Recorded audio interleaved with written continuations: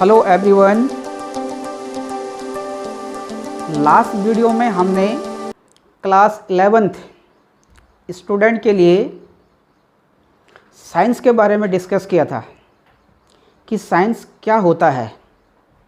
तो बताया था मैंने आपको कि साइंस जो है एक सिस्टमेटिक ऑर्गेनाइज्ड नॉलेज होता है। उसके अंदर टाइप्स ऑफ साइंस मैंने आपको समझाया था कि दो तरीके से साइंस होता है। एक होता है बायोलॉजिकल साइंस और एक होता है फिजिकल साइंस। बायोलॉजिकल साइंस में जो आपके लिविंग थिंग्स होते हैं, जिनमें जीवन होता है, उनके बारे में स्टडी करना बायोलॉजिकल साइंस कहलाता है। दूसरा बताया था आपको फिजिकल साइंस। फिजिकल साइंस में किसके बारे में हम लोग स्टडी करते हैं? नॉन लिविंग थिंग्स, जो नेचर में होने वाले फिनोमिनाज होते हैं, उनके बारे में स्टडी करना आपका जो है फिजिकल साइंस कहलाता है। उसके अंदर फिर मैंने आपको समझाया था कि फिजिकल साइंस दो तरीके से आप समझ सकते हैं।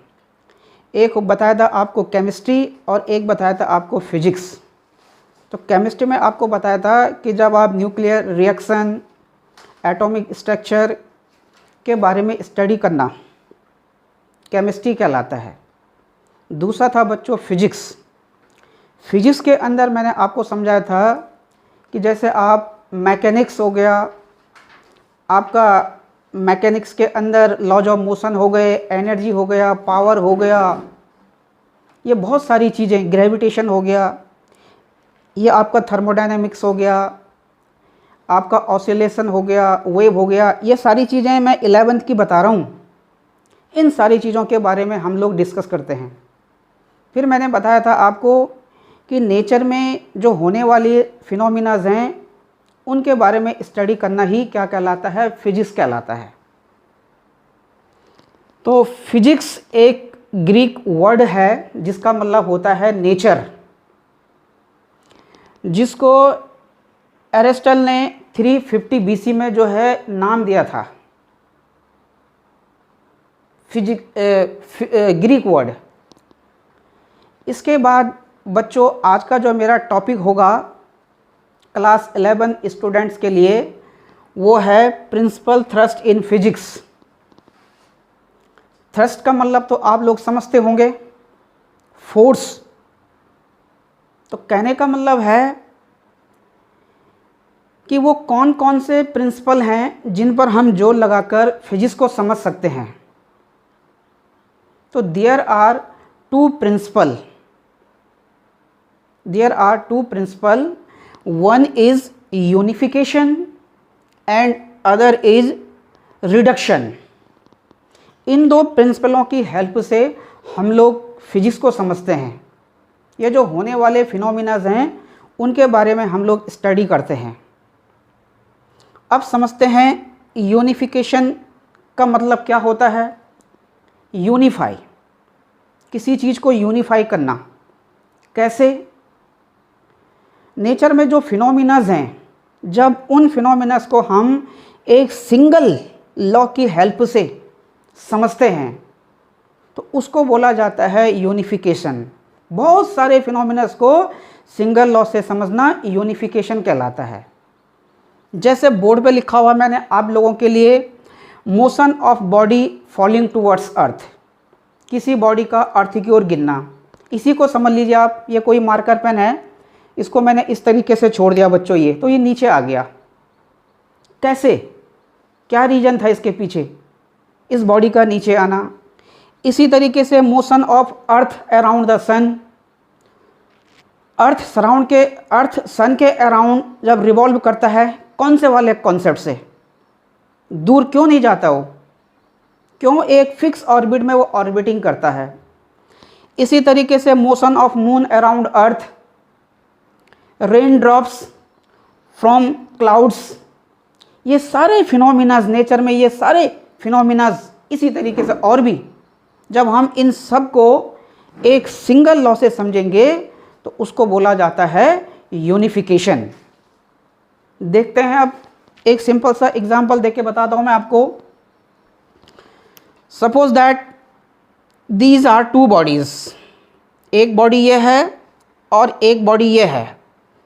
इसका मास सपोज दैट m1 और इसका मास m2, और दोनों को एक दूसरे से r डिस्टेंस पर प्लेस किया गया है।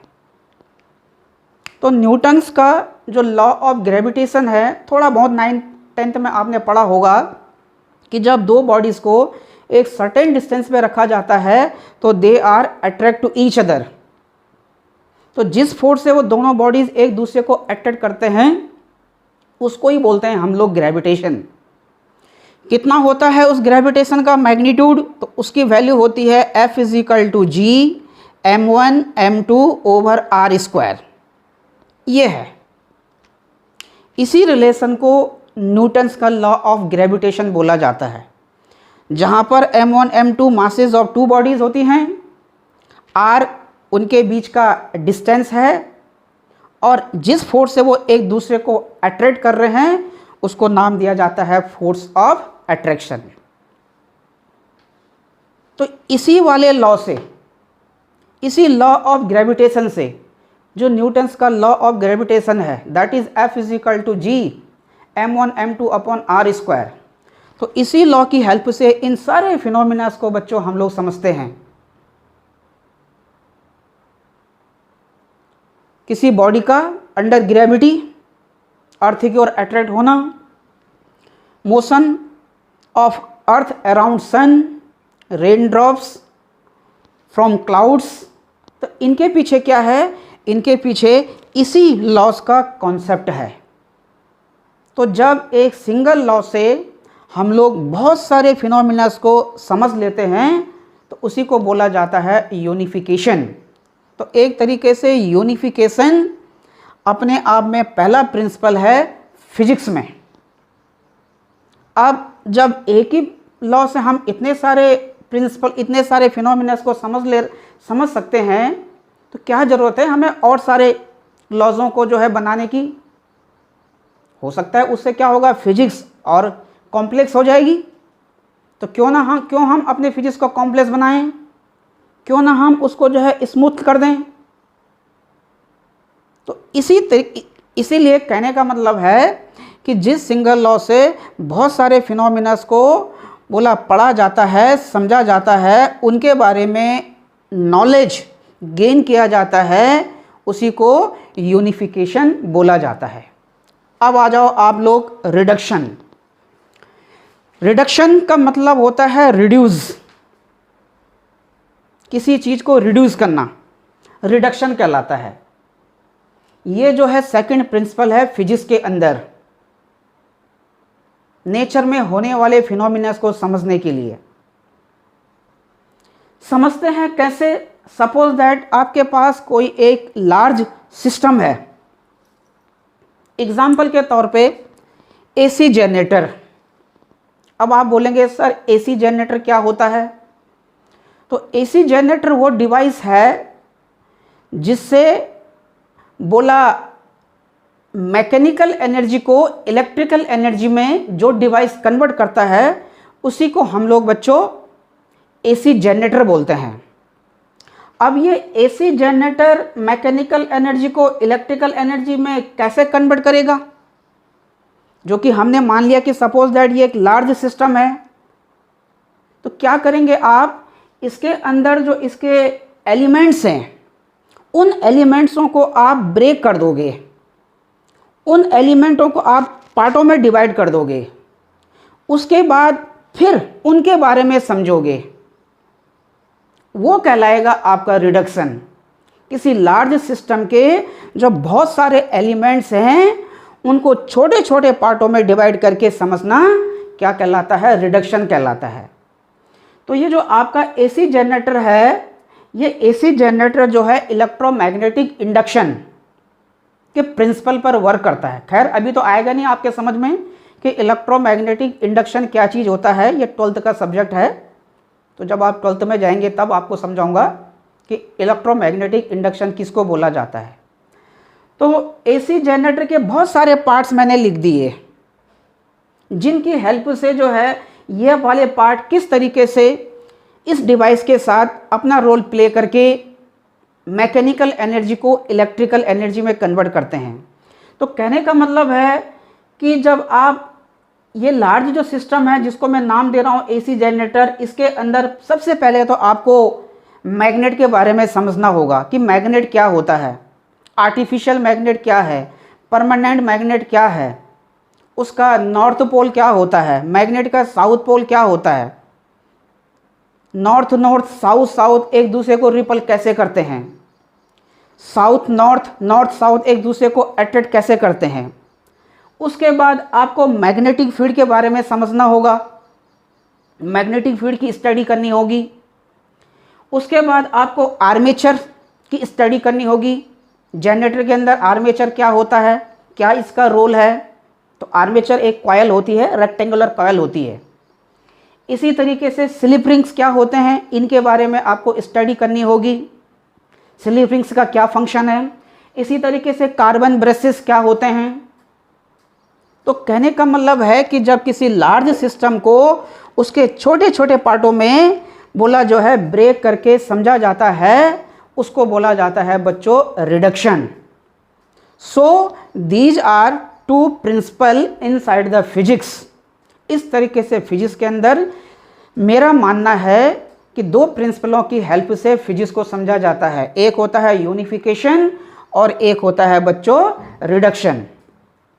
फिर बता रहा हूँ आपको एक बार, यूनिफिकेशन का मतलब होता है कि बहुत सारे फिनोमिनास को एक ही लॉ से समझना, यूनिफाई करना।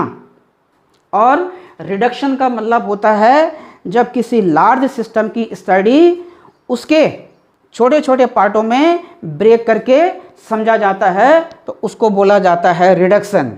तो these are two principle thrust inside the physics.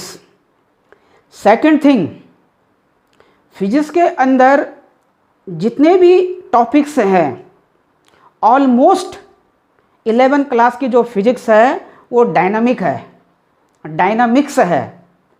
Dynamics का मतलब जब कोई सब्जेक्ट मोशन में होता है, जब कोई ऑब्जेक्ट मोशन में होता है, उसको हम लोग डायनामिक्स बोलते हैं। और जब कोई ऑब्जेक्ट रेस्ट पोजीशन में होता है तो उसको हम लोग स्टैटिक्स बोलते हैं। तो जितने भी या जितना भी पार्ट की या जितने भी सिलेबस की आप 11 के अंदर स्टडी करोगे, ऑलमोस्ट 89% की, जो कि अपने आप में क्या है, एक डायनामिक्स है बच्चों। जैसे लॉज ऑफ मोशन के बारे में पढ़ेंगे आप कि कोई ऑब्जेक्ट कितनी वेलोसिटी से जा रहा है, टाइम के साथ उसकी वेलोसिटी कितनी चेंज हो रही है, जिससे एक्सेलरेशन बन रहा है, कितना आपने फोर्स लगाया बॉडी में, उसमें डिस्टरबेंस प्रोड्यूस करने के लिए। डिस्टरबेंस का मतलब मोशन। जब बॉडी आपकी मोशन में आ जाती है तो किस तरीके से एनर्जी क्रिएट होती है, मोशन से जो एनर्जी क्रिएट होती है उसको बोला जाता है काइनेटिक। जब कोई सब्जेक्ट एक जगह से लेकर दूसरे जगह तक डिस्प्लेस होता है तो इस डिस्प्लेसमेंट से जो एनर्जी पजेस होती है उसको बोला जाता है पोटेंशियल। कितने टाइम में वो कितना डिस्टेंस कवर कर रहा है। ग्रेविटेशन क्या है, सैटेलाइटों का प्लैनेट्स के अराउंड रिवॉल्व होना, क्या उसके पीछे कॉन्सेप्ट है। इसी तरीके से आपका फ्लूइड्स क्या होता है, स्टैटिक फ्लूइड किसको बोलते हैं, डायनामिक फ्लूइड क्या होता है, ये प्रॉपर्टी ऑफ सॉलिड और लिक्विड के अंदर आएगा। थर्मोडायनामिक्स, हीट इंजन क्या होता है, रेफ्रिजरेटर क्या है, क्या लॉज हैं थर्मोडायनामिक्स के। ऑसिलेशन, किस तरीके से कोई ऑसिलेटिंग बॉडी अपने ऑसिलेशन को किस तरीके से जो है कंटिन्यूअस